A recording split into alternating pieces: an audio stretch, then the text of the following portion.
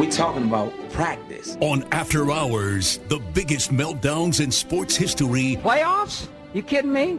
Playoffs? I'm a man. I'm 40. I want to eat his children. Are immortalized with an infamous distinction. Can't do it. They are who we thought they were. You play to win the game. Now it's time for Amy Lawrence to bring you tonight's candidates for the After Hours Hall of Fame. Put that in your pipe and smoke it. Here's Amy Lawrence. You know why I'm here. The ref really wasn't even listening to nothing that I was saying. Why don't you just run it? You know, that's a real good thought. Listen to that! Oh, baby! I'm sick of it. I'm sick of listening to this shit. I'm sick of the second guessing. Amy actually stuck her finger up her nose. Somebody came to me and said, Wilmer's crying. So why? Well, he got traded. To who? For what? I didn't know. It's unbelievable what they did. And they run through our ass like shit through a tin horn, man. I'm looking up, on my back, looking up. All I see is ass. What do you look like? It goes out of sight, and we look at each other and go, what in the fuck was that? John Elway, great dude. Yeah. Who that? Aggie, my man. Aggie, my man. He's an idiot. Don't listen to this. He's an idiot. All right, that's what we got to say right there. He's an idiot. Just give him millions of dollars and don't worry about this. You don't get and your company. This is After Hours with Amy Lawrence. In case you don't recognize all of the bleeps, that was Mark Hunt after he lost to Brock Lesnar, who was later determined to be cheating in UFC 200. That was our most recent inductee into the Hall of Fame. So it's been a while. Welcome to your Friday morning After Hours with Amy Lawrence on CBS Sports Radio. If the goal is to make you laugh, if the goal is to make you cringe, if the goal is to get you to make a face, well, that's what the Hall of Fame is all about. We've chosen 4 amazing pieces of audio, all from the world of football, but very different. Before I even start, gotta be voting. You've got to get ready to vote. So open up your Twitter, whether it's your phone, your computer, wherever you are, at After Hours CBS or at A-Law Radio. Or if you're a Facebook voter, make sure you've got our page up and ready because your votes are only going to be tabulated for another 20 minutes, and then we've got to determine a winner. Let's dive in here After Hours on a Friday morning. Mike Leach, he's sarcastic. He's got a dry sense of humor. He's the head coach of the Washington State Cougars. He would like to introduce America to his team.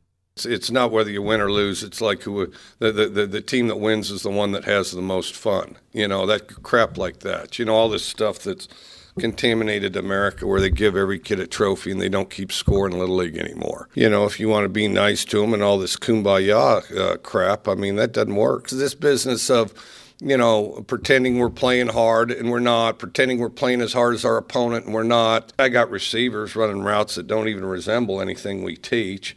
We don't tuck the ball and go straight upfield. We do all these stupid moves. We run out of bounds more than any team in the country. We're the easiest team in the country to tackle. Defensively, we don't run our feet on contact. We don't on offense either. We don't like to run and hit, and this is a game for running and hitting. Their life's going to change as they know it. So in other words, the Cougars are really good. All that stuff that's contaminating America, you know, giving everybody a trophy, this kumbaya crap.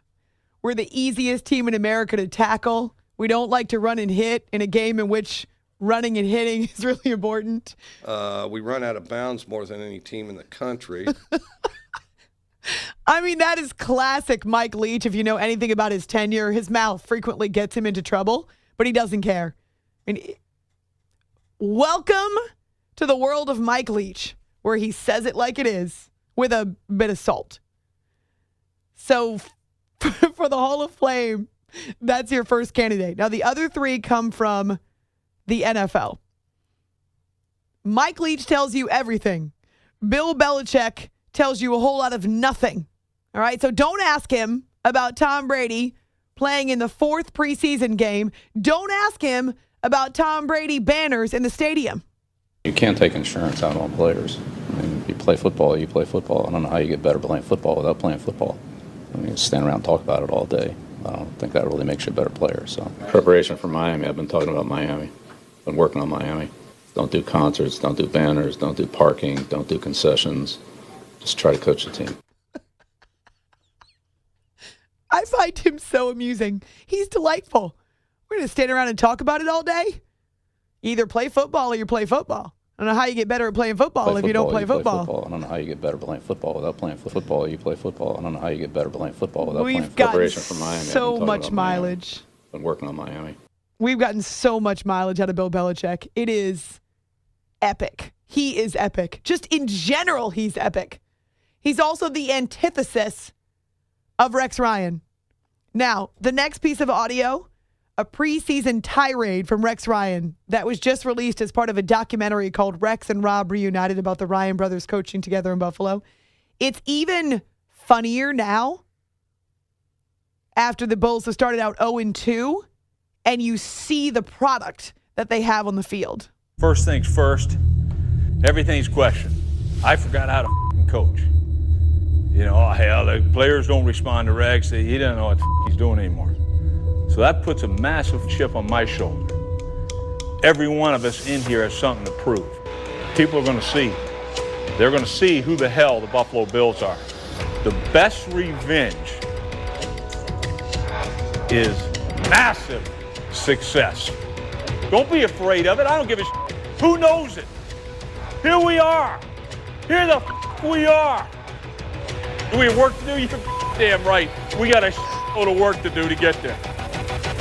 But aren't we the guys for the job? Here we are. Here the bleep we are. Here the we are. Oh my gosh. I mean, if it was only about winning Emmys, this guy would be the king. He is the king of the inspirational, motivational speech. It's why his guys will run through a wall for him. It's why they're so pumped up on adrenaline so often on the field. They're too emotional. Well, that's Rex Ryan. And again, played back-to-back with Bill Belichick. It's fantastic because it couldn't be more opposite ends of the spectrum.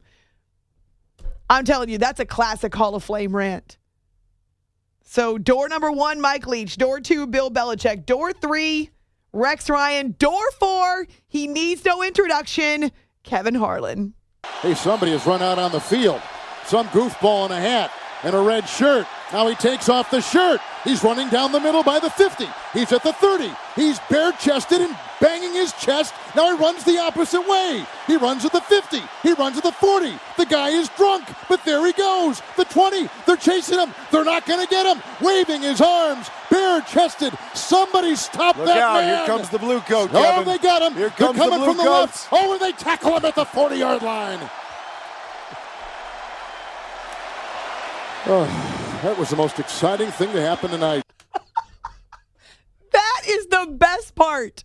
We could probably just put Kevin Harlan in the Hall of Fame based on the guy is drunk. Now he takes off the shirt. That part is so good. But the fact that he has this big pause while he catches his breath and then he goes, that was the best thing to happen all night. The most exciting thing. Remember, this was Monday Night Football play-by-play on Westwood 1 with Kurt Warner of Niners and Rams. So it was the most exciting thing to happen all night. And that, by the way, it was a 16-year-old kid.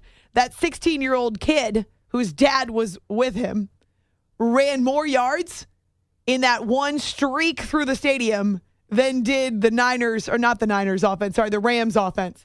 It was without missing a beat. So classic play-by-play. It was seamless. He just worked it right into the course of his play-by-play on Westwood 1. That kid ran a longer distance than Forrest Gump. No, Forrest Gump ran back and forth across the country multiple times. He's bare-chested and banging his chest. That guy is drunk. The guy is drunk. Which actually, as it turns out, he wasn't because he's only 16 years old. And Well, he was with his dad. a big problem if he was. That's the claim, at least. Question those parenting skills. But anyway, Kurt Warner, I can only imagine what Kurt Warner was thinking sitting there next to him. Well, he said that's a great call. It was a great call, but you're sitting there doing a football game, and generally, when those things happen, the announcers try not to pay attention to it. Oh, no. It was seamless. It was like Vin Scully seamless. So Kevin Harlan on Westwood won. Bill Belichick, Rex Ryan, Mike Leach. Pete's been set on this since the beginning of the week, even before he knew what the competition is. Your vote goes to Kevin Harlan. No question. Producer Tom? I was going to go Harlan. I said all week I was going to go Harlan. I love them all, but you know what? Just because Pete's been so cocky about this, I'm going to take a little bit of a left turn, and I'm going to go Rex Ryan because he's that much of a joke. And after that ridiculous performance last night, their second terrible performance in a row, he belongs in the Hall of Fame. He does. Isaac, what about you?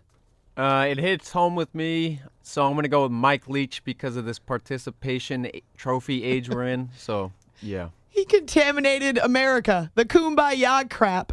Honestly, this is a really difficult vote for me because I feel like all four of them have a place in the Hall of Fame. But I'm going with Mike Leach, too, because he introduced his Cougars to America by ripping them a new one. You know, all this stuff that's contaminated America where they give every kid a trophy and they don't keep score in Little League anymore.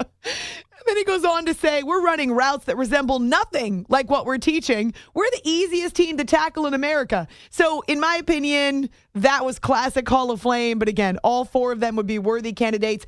We hope you enjoyed them. We hope you're laughing, having a good time, pointing fingers at the radio, making faces, making fun of Rex Ryan, because here the bleep we are. All right. We've reached the final point of the show. Time for the Hall of Fame inductee that you have chosen.